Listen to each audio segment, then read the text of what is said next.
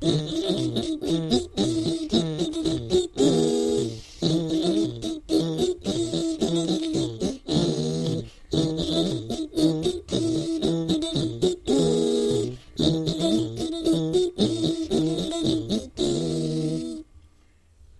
ladies and gentlemen. Welcome to the F4L Headquarters podcast. I am the icon, Sean Jad Stevens. Welcome you back to the F4L Headquarters for what should be a very random episode. And it's also going to be a little bit of a shorter episode as I have so many things to do, it's not even funny. But I didn't feel right for not having this today because it's been a little bit, and I apologize because I've been focused and trying to get everything done and situated. So for that, I apologize. Now, that being said, I would like to chat about, if we could, we're going to go through one thing at a time. But first of all, I want to do a little bit of a review. Guys, you want to play that music?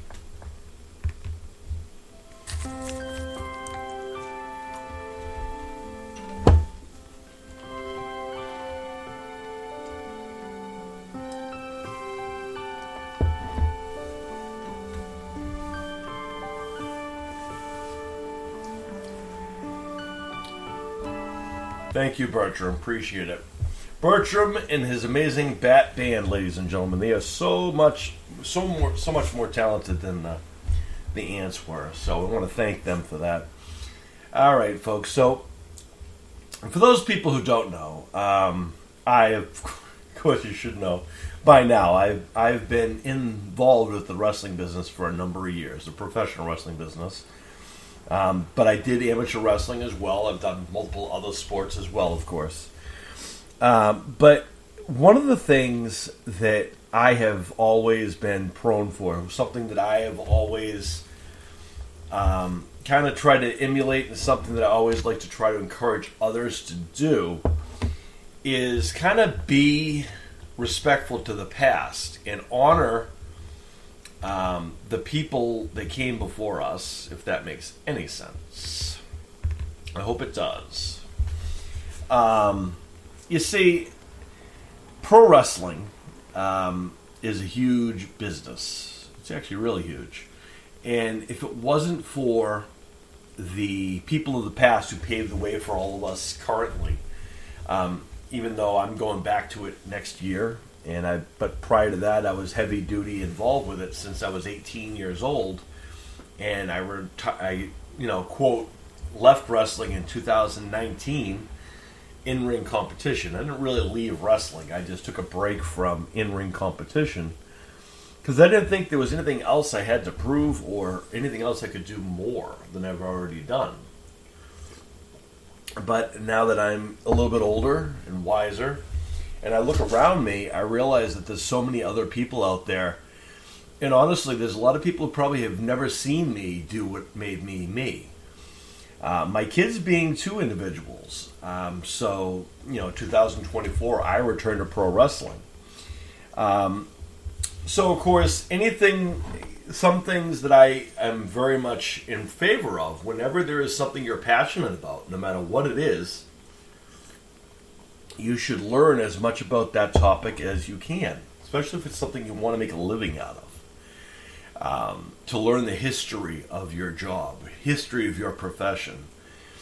And for me, wrestling has all kinds of history, and there's all kinds of stories and innuendos. And, people have often asked me what my favorite part of the WrestleMania weekend is, for example. WrestleMania is the World Wrestling Entertainment, the biggest wrestling company in the world. That's their biggest pay-per-view show. They're the ones who... There have been... I want to point out something here. There's a misconception that WWE are the only ones to do pay-per-view, or that they're the first ones to do pay-per-view as far as wrestling goes, and that isn't true. Technically speaking, there are other people who try to do what they call closed circuit shows. That was what pay-per-view would come into. And definitely WWE, F at the time, run by Vince McMahon, who bought the company from his dad, Vincent Sr., he definitely had a different vision for what he wanted wrestling to be. And something that a lot of people might not know currently is that, back, when those things were going on, there was a thing called, there was a territory system in pro wrestling. And almost anywhere you lived within the United States or Canada, everyone had some type of region that they belonged to, or someone's area that they worked in as far as a wrestler goes, a territory as they called it. For example, I think one of the prominent, up in New England area, you had Vern Gagne. You had down Florida, you had in Florida, as far as Florida goes, you had the Briscoes. You had in Memphis wrestling, the Memphis territory, you had Jerry the King Lawler. Yes, folks, believe it or not, before he was a commentator and before you guys got to see him do all those things, he was a very prominent promoter and wrestler. Very, very impactful to the wrestling business. There was also Jerry Jarrett, who ran, I believe, the Tennessee areas. But in Texas, there is but one family that has the lineage and has the impact that Fritz von Erich had, the WCCW. And Fritz von Erich, who is the patriarch of the von Erich family, he was a very dominating and forceful individual in the wrestling world himself.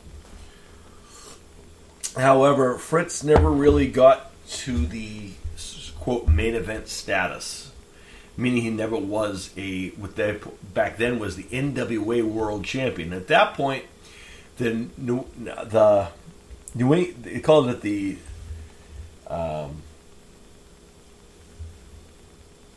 National Wrestling Alliance Champion. So that's everyone in the United States pretty much, or in the world. That's the world's champion. They fight all over the world. Fritz never got to be a world champion. Fritz was a well-known, dominating force everywhere. That could be said. His signature maneuver was the Iron Claw. I am actually going to do a little bit more research because he is credited for, quote, creating or being the one to make the claw. The claw is technically a submission maneuver, which basically, in his version, was he would put his very massive hands on the face of, or on the head of his opponent and basically squeeze. That doesn't sound painful maybe at first until you actually had it put on you, because it could be very painful. Especially if you had someone that had hands the size of a Von Erich. So, speaking of Von Erichs, let's add into the equation the Von Erich boys. So, since Fritz really didn't become anything huge himself, even though he did pave the way, it was his sons, actually, who would go on to have this success that he never did. Now, he did run his own company and have his own building. The Wrestling Sportatorium in Texas. It was a very different time, folks. Wrestling, the fans, it was something that you would never imagine today. And now you might think, well, there were wrestling fans today. No. Wrestling fans in that era, the fans were so rabid and so passionate about the ones they loved or the ones they hated. You would have to have police escorts if you were a heel to and from the ring, or sometimes to and from the arena. Also, the baby faces, or the good guys, were so popular that they were loved by everyone, and they would be mauled before they got to the ring by rabid, teenage girls or whatnot. And the Von Erich boys are not exceptions to this. They grew up in the business. Their dad was a wrestler. They trained them to be wrestlers and kind of made them to be wrestlers. And also, this was the life he wanted for them, and this is the life that they wanted for themselves, apparently. So, this is leading up to my review of the Iron Claw, the new film that just came out. So I have to give you. I just gave you a bunch of history on on the Von Erichs before telling you about the movie itself. So this is going to be a film review. It's going to be a short one. I'm going to stick to the 4 points that I always do. I'm going to keep to the full bullet points. And those people who have never listened to me do a film review before, it's a very precise system. I look at 4 different aspects. The first is the storyline and the believability. The second is casting. The third is location and time period. And the fourth and final is the end feeling at the end of the movie and how it wraps up. Did I leave with some type of emotion? So that being said, let me give you a little bit. Normally what I usually do is I tell you what their synopsis is and who made it, the kind of the meat and potatoes of it. And then I'll go into the review. So this is the description of the Iron Claw. A true story of the inseparable Von Erich brothers who made history in the intensely competitive world of professional wrestling in the 1980s. You know what? That's a great description. Perfect. And then, let's go into this. So it was written by Sean Durkin. It was also written and directed by Sean Durkin. And it stars Zac Efron as Kevin Von Erich, Jeremy Allen White as Kerry Von Erich, Harris Dickinson as David Von Erich, Maura Tierney as Doris Von Erich. That would be the wife of Fritz Von Erich. Fritz Von Erich is played by Holt McKinney. Okay, so there's those. So we got all that now, right? Cool. That's the description they got. So let's go through my 4 points, right? First is the storyline and believability. Now, I'm from the pro wrestling world, and I know the history of pro wrestling. A lot of people sometimes ask me, what do you learn in professional wrestling school? Well, you learn a lot in professional wrestling school. You learn how to, of course, part of it is learning how to do the various, motions so you don't hurt yourself or others. But also you learn the psychology, the history, the business aspect, contracts, how to negotiate things, how to talk to people, fans, how to deal with that, and all of those kind of things. You also learn the history, as I just mentioned.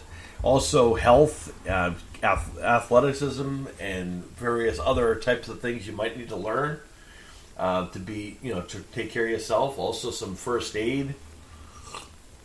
So there's a lot.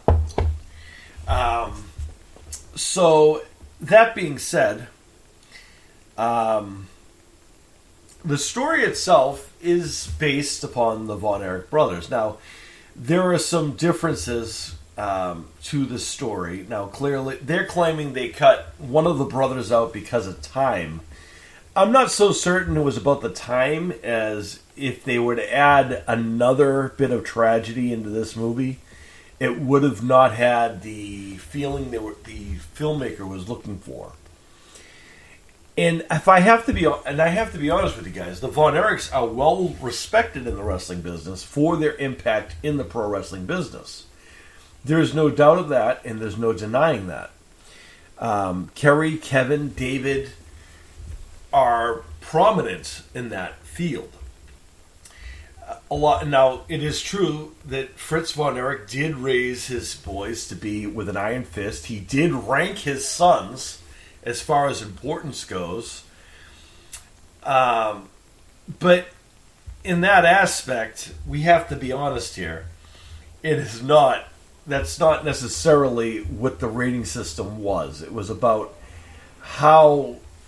who he saw as being the successor in the family, not so much how much he loved each individual brother. Fritz was also someone who ruled the house, very cold. But the brothers themselves are Texas born. Well, they're born out of poverty. They were the poorest kids out there, but they grew in the wrestling business and got insane wealth because of work ethic and drive and something they created. And the fans support.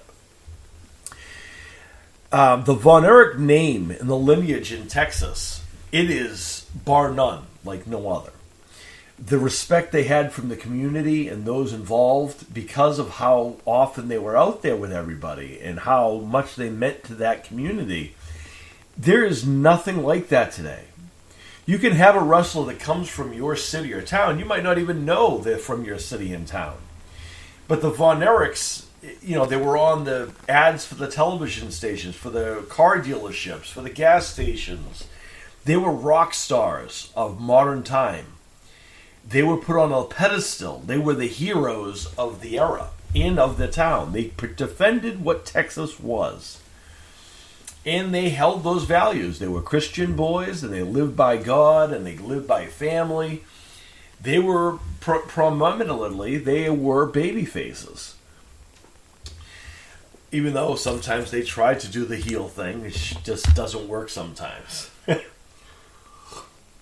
But the other aspect of it is that with a movie like The Iron Claw and a family that has the history like the Von Erichs do, I, of course, knew that there's going to be things they had to cut. There was things that they couldn't include because it would be just a sob fest through the entire movie. My wife, who's a very emotional individual as a whole, I expected her to be very emotional throughout the entire thing. And for the most part, she did okay until, when it first started. And then all of a sudden it was like the floodgates opened up. So storyline wise, whenever you do these biopics, you have to wonder, one, why do we make these movies about people if not everybody knows them? That's going to be the first question. The other one is, and my concern is, how many people are going to go see this who are not wrestling fans, and how many of those fans are going to understand what this is? That's my question. And my concern is that if this story, got close enough as Kevin Von Erich, the only sole survivor of the Von Erich family. And by the way, there were 6 brothers, Von Erich brothers, 6 Von Erichs, 7 if you include the one who died way before anything else. And then you have Fritz and Doris, and then you have all the grandkids and everything else, the lineage they leave behind.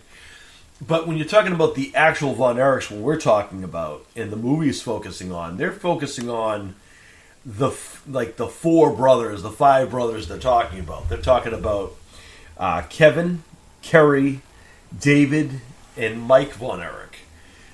They don't mention Chris Von Erich, who, it's another tragedy, which, according to what I heard and what I read, apparently the director said they wanted to cut that for timing, but also because it was very close to what, how Kerry ended, unfortunately and sadly. It's a very similar fate, so maybe they felt that too much of that was too much. But in all honesty, I feel like whenever you're coming to make a movie like this, if you're going to go halfway, you might as well go all the way. Just get it over with. It's like ripping off a Band-Aid.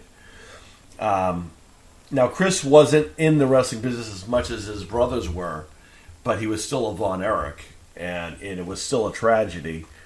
But I think they cut that out because it just would have been just more tragedy and more sadness, and also would have been, this is the second, and he kind of ended the same way that Kerry Von Erich did, sadly. So in that aspect, it's an emotional storyline. It is very emotional driven, and I can tell you that there's a lot of truth behind a lot of it. Some of it, there's some liberties, and some of the timelines are not necessarily 100%. But as far as the story goes, being someone who's from the wrestling world, who has heard the stories, who has seen the footage, who is familiar with a lot of it, I can tell you that it's probably the closest thing you'll see. I'm just not 100% certain people who are not wrestling fans will understand it. So let's continue on to the next point is casting. Zac Efron. Let's talk about this cast. I want to tell you this cast again. I think I just did. The casting goes, you got Zac Efron as Kevin Von Erich. Zac Efron, I got to give him credit. He's from, of course, anyone who knows who Zac Efron is, a millennial, for example, modern day kids know Zac Efron from his time on High School Musical. And good for them. Excuse me. But here's the problem.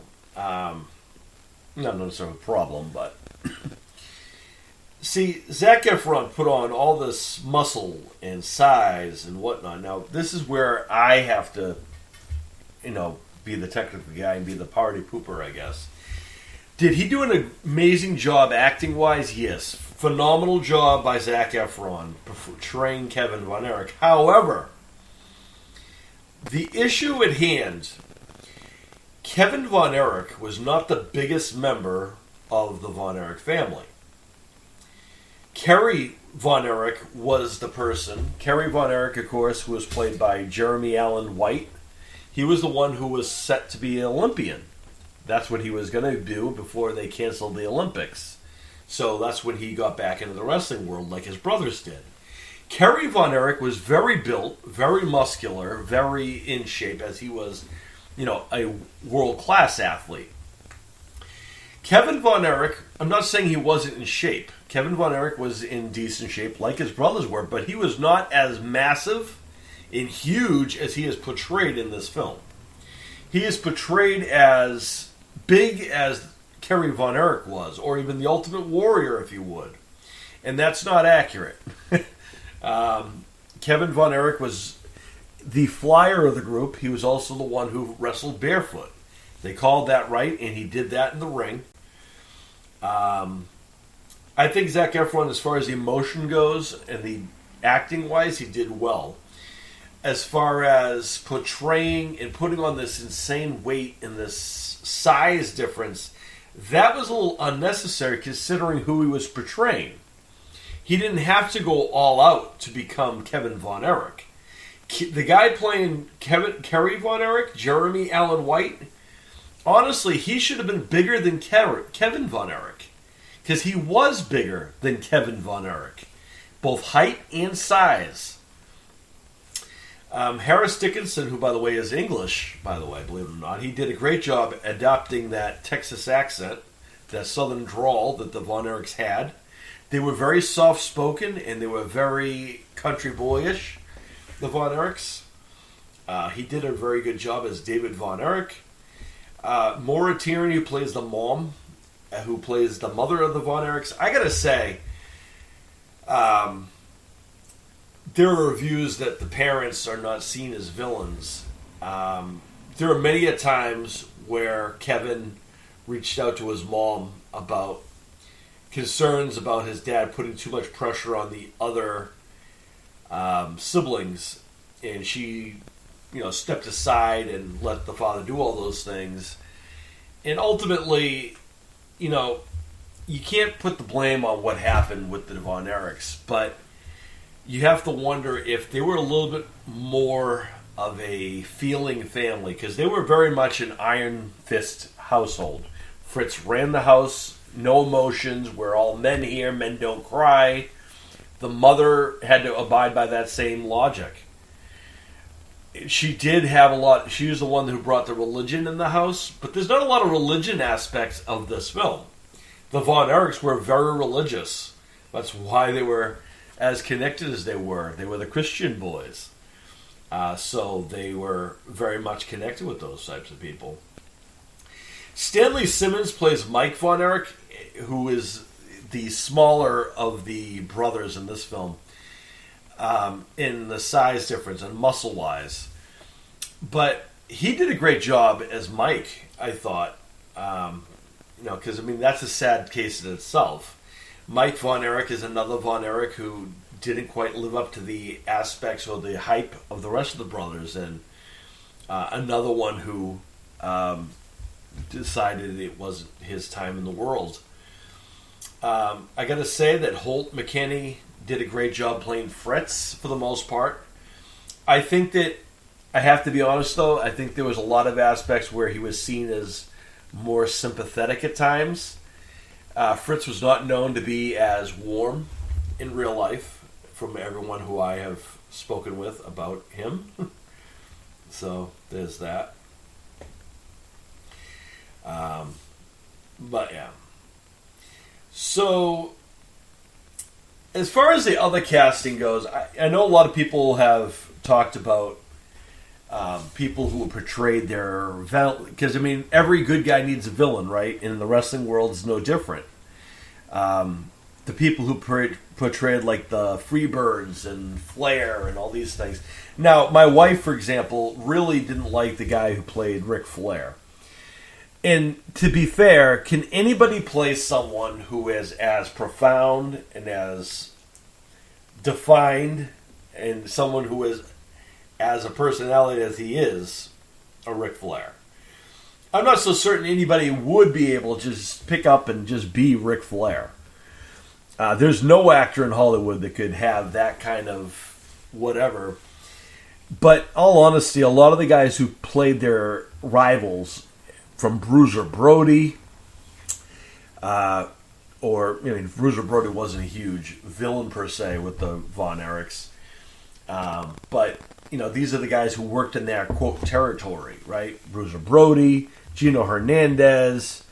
The Freebirds are probably the biggest known feud they had.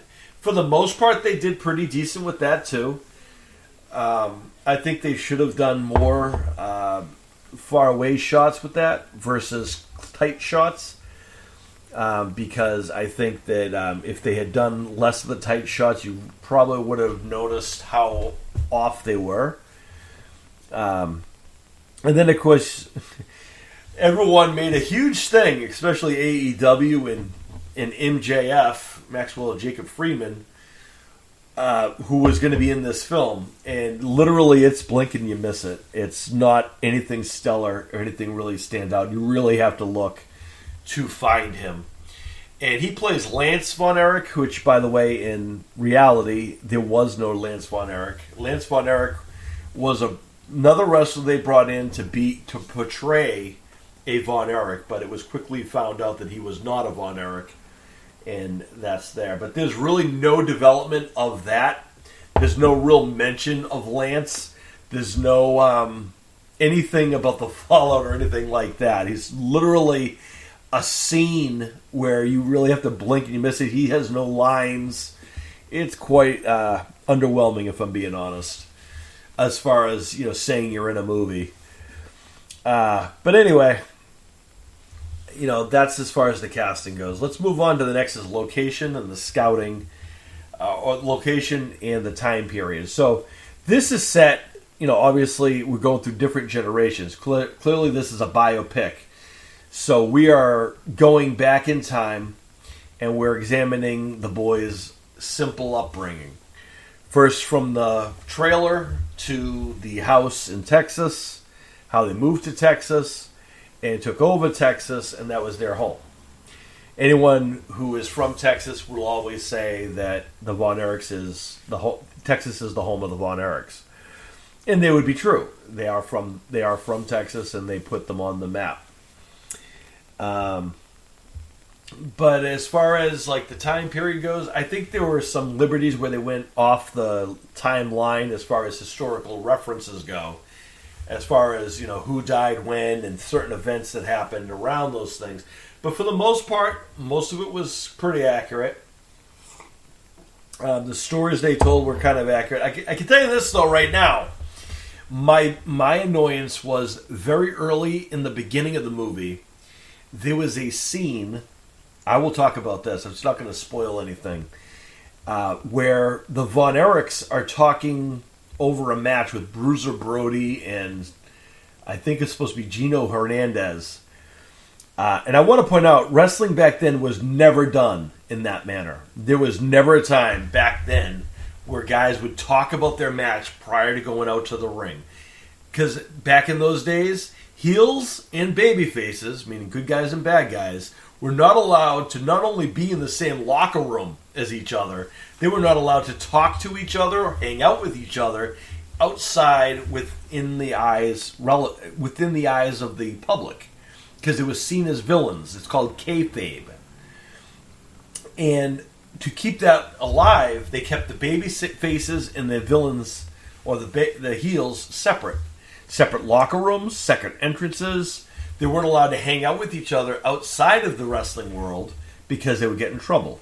Now, the most famous case of this is Vince McMahon had punished Hacksaw Jim Duggan and the Iron Sheik, who at the time in WWE were in a heavy feud, because the Iron Sheik is portrayed as a Iranian, monster guy, and of course Hacksaw Jim Duggan is the All-American boy from the good old US of A, and that was a feud going on, but yet they got in trouble for driving down the street and got pulled over together. Because even though you might be friends in real life, and that does happen in the wrestling world, it's a brotherhood, but you still have to, keep that memory alive and keep the story going and the ethnicity and the authenticness. So when they were calling the match prior to going to the ring, that is not an old practice. That is a new thing that current guys do prior to going to the ring. They talk over their match. You do this spot, you do that spot. That's not how that was done back then. They called everything in the ring. That's the old way of doing it. That's the right way to do it, because a lot of the times you'll go out there and you might lose track of what you're doing and whatnot. And that's just not how that's going to work. So the last part is the feeling at the end of the movie. How did I feel at the end? Did it invoke a feeling? Well, I think it did a good job showing the importance, and it's also a very uplifting thing, but it's also very tragic, isn't it? It's a very heavy feeling. And if I'm being honest, yes, they succeeded. They got feelings, definitely, but a mix of them, right? On one hand, they want you to feel good about the death of Carrie, where they went to this link to have this different kind of a thing. I don't agree with that. I think that's not a way to portray that.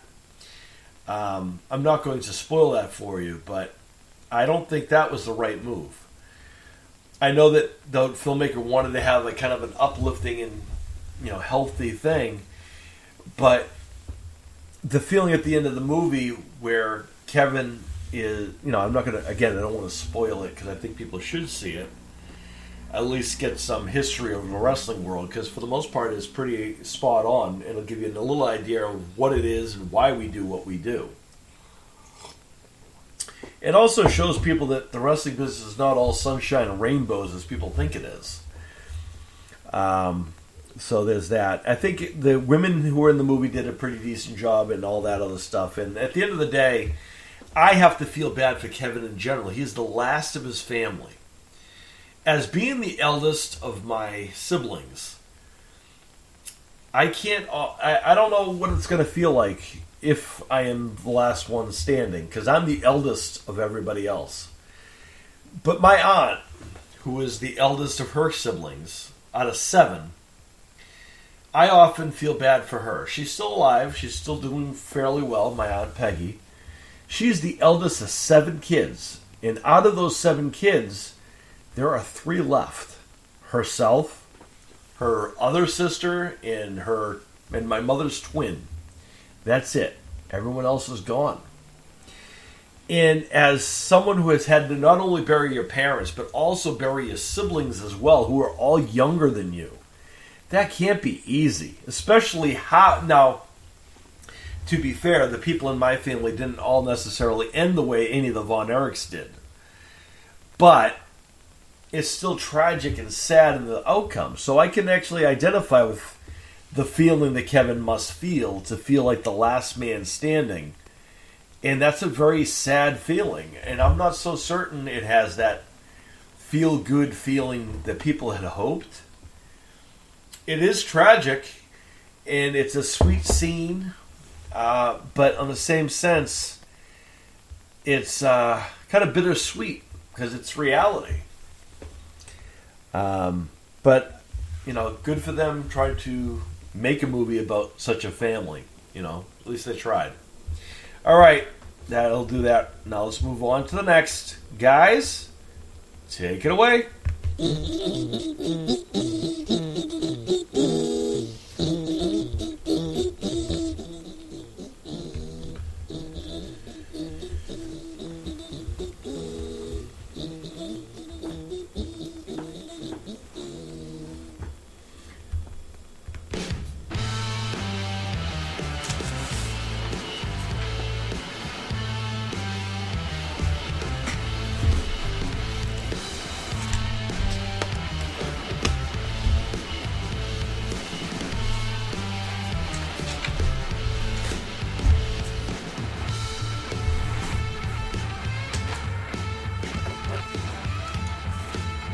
All right, guys. All right.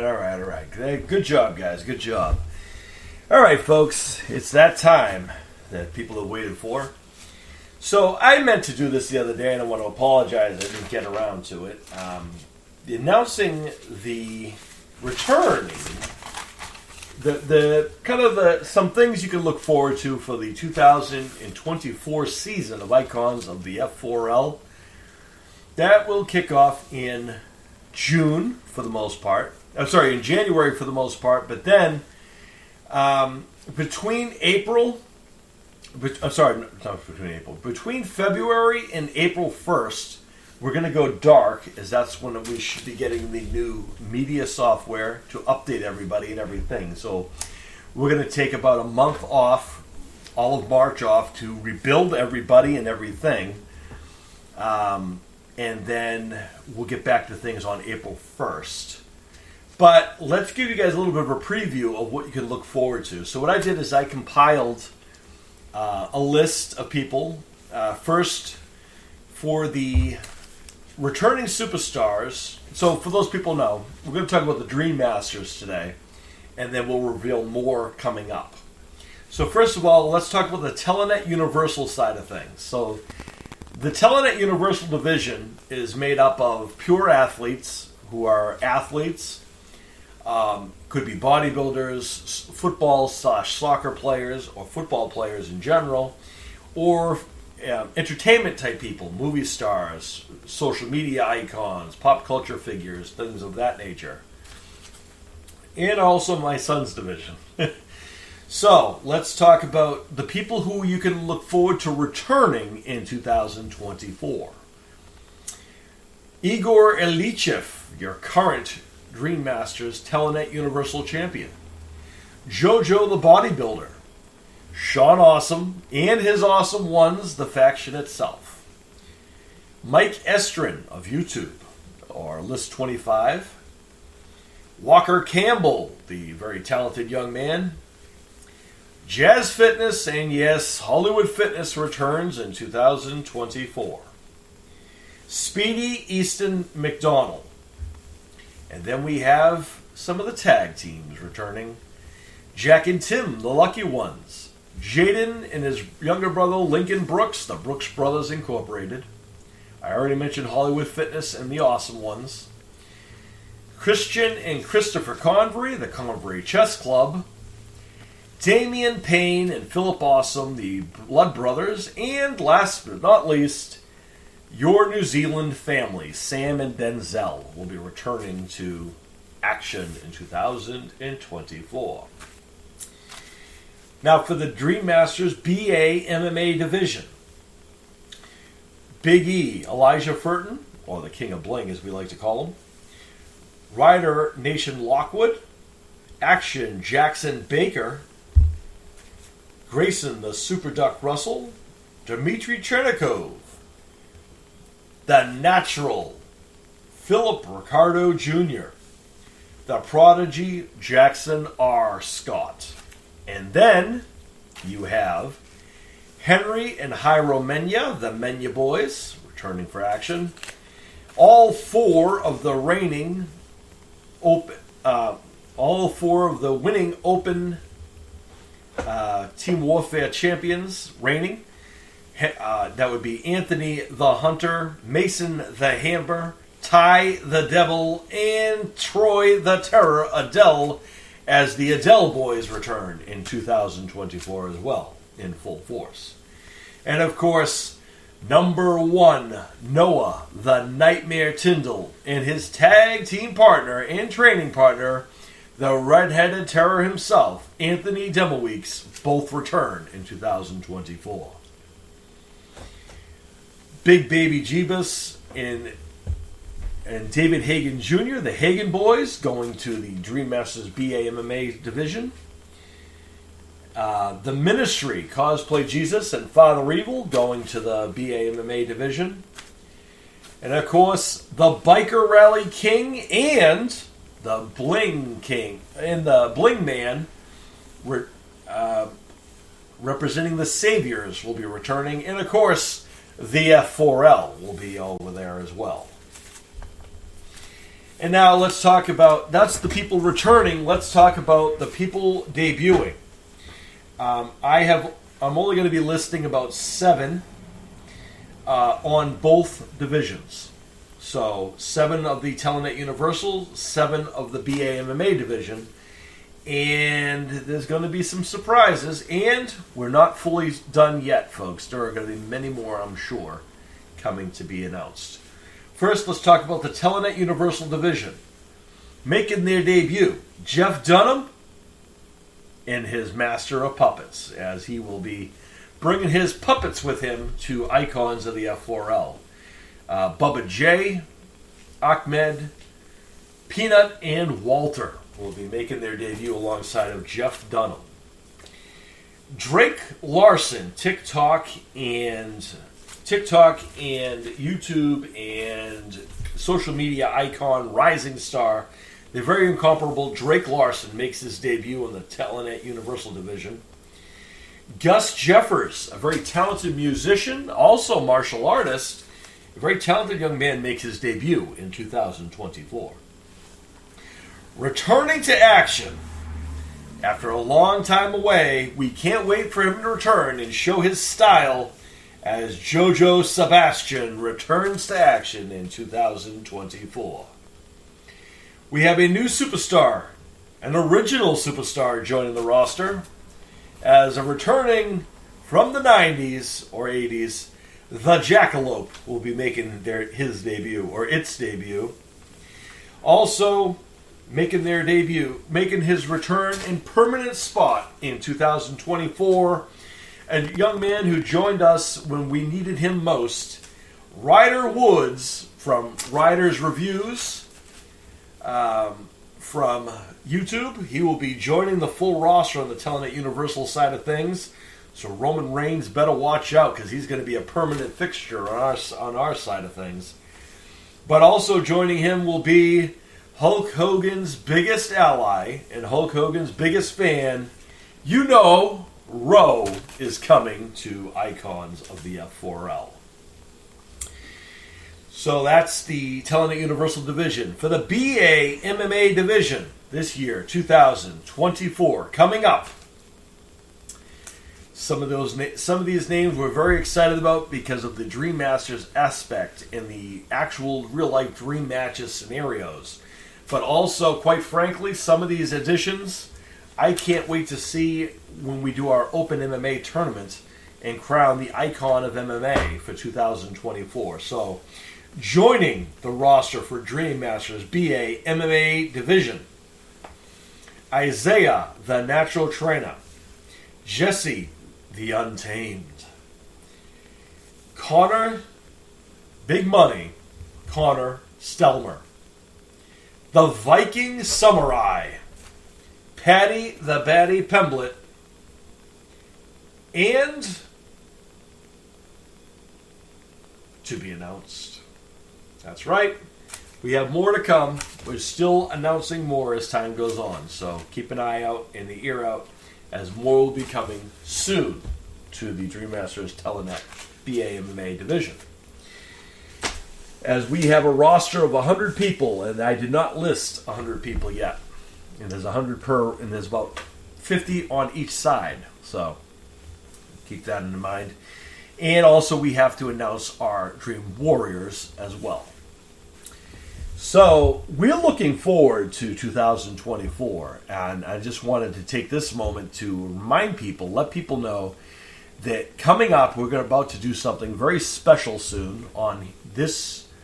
Well, if you're listening to this on our YouTube channel, then you're going to be very excited, as we're going to be basically combining Dream Masters, or Icons of the F4L, and the F4L Headquarters podcast, as I, Sean Jan Siemens, will be welcoming several of our superstars from across our divisions, from the Dream Warriors to the Dream Masters, in a giant group watch-along for YouTube will take place during Christmas vacation week, which Christmas vacation has mostly started most places. Please stay tuned, as we're going to be announcing when that will be. And let me tell you, we've done these watch-alongs before. Basically, the watch-along is we're going to be watching the best matches of 2023. However, we're going to we got something very special in mind, and we look forward to doing that. As my son, my co-host on Icons of the F4L, this is Jazz and Sons Icons of the F4L. He has helped tremendously in helping prepare and book this thing. We're currently just waiting on the time and the day, and then I will be reaching out to all of those who are going to be part of that initial watch-along. This is open to our Dream Warriors and our Dream Masters, current, and maybe a few surprises. And this is going to be interesting, as we are going to be crossing 5 different time zones to pull this off. We're looking forward to it. We love challenges. We have a great group, and we have the most talented roster on any planet, of any division, of any sport. I am proud of the people we have on our show. They're there because we believe in them. They're there because they earned it, and they're there because they belong there. They are icons of the F4L. So stay tuned for more announcements regarding that, as far as when that will be. And you will be able to watch along the show with, you'll hear here, but you'll also see the show we're going to be watching on that day on YouTube. So it's going to be very interesting. My suggestion would be, because there will be no commentary for that show, is to watch the watch-along. Or if you can, watch the wrestling show, watch the YouTube show, and listen to the watch-along if you can do so. Because that will be... ultimately, that's kind of what we're going to be doing. So it should be a lot of fun. It has been fun in the past, and some of these people have never met before. Some of them have. I think it's always going to be interesting to have introduce people for the first time. And unlike our prior podcast provider, our current one, this will be a video aspect. So we'll actually see each other watching the watch-along, which is even more fun. So you actually get to semi-meet face-to-face via virtual from wherever you are. That is 3 different areas of the U.S. and, of course, our friends over the U.K., as I believe the Night Terrors are going to be joining us. So that should be fun. So stay tuned for more updates on that and whatnot. I did tell you guys this is going to be a short show. I did want to do one last thing, so go get it, guy.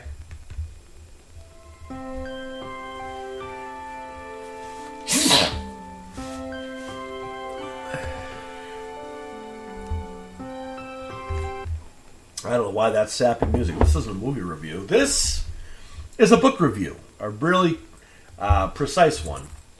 So, a good friend of mine who was on this show not long ago, Sheldon Goldberg, one point one of the promoter in the New England scene, one of the best out there, and a lot of people, including myself, owe him a great deal of respect and thanks for helping us in our early careers.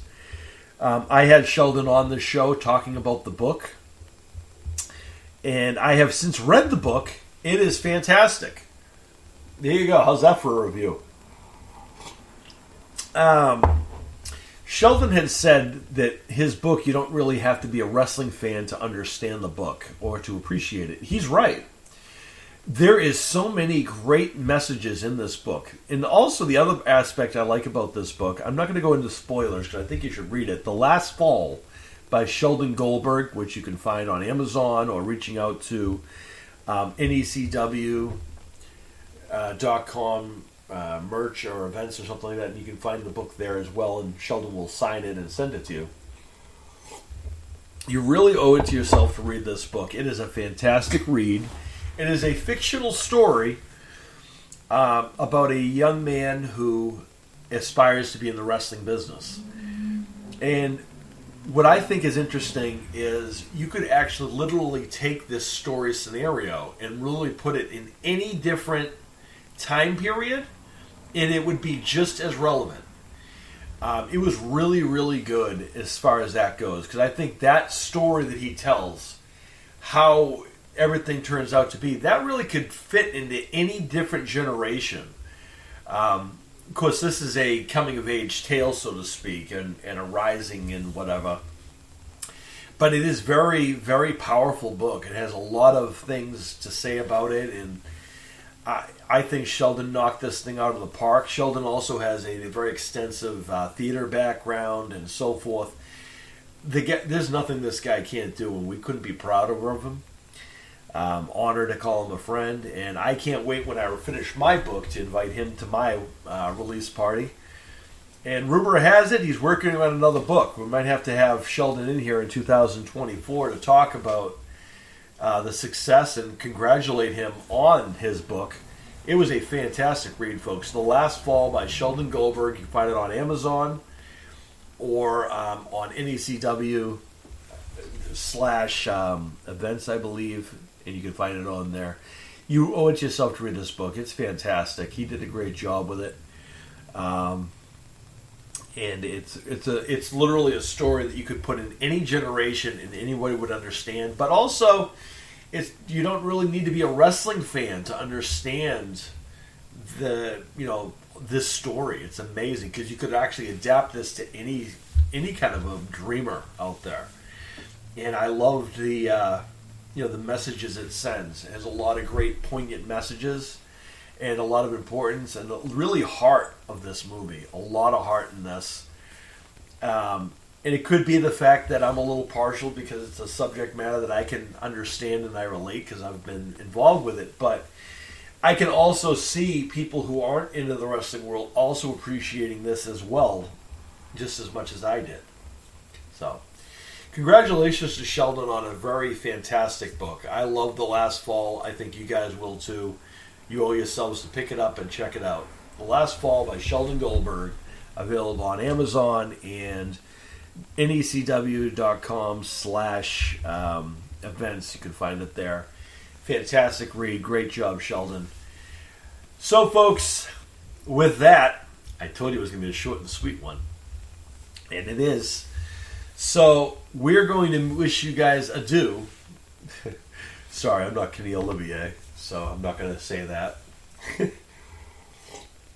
But what I am going to do is, for all of those out there who are doing everything that you need to do to make your goals and dreams happen, to all those people who are busting their tail, achieving their goals and their dreams, and the trolls are going to be there. Don't let them get to you, no matter who you are. Bullies are going to be a thing of the past because we are stronger, we are better than any of the bullies because we are heart, we are the F4L. So, for all of those who may be struggling, for some of those people who we may have lost along the way, as a tribute to all of you, and as a good way to kind of close out our show, a new way to close out our show as we've been doing, allow us to play this for you guys in tribute to everyone for your goals, your dreams, your constellations, and everything else you're doing. May all your dreams come true. Play the music, Bertram.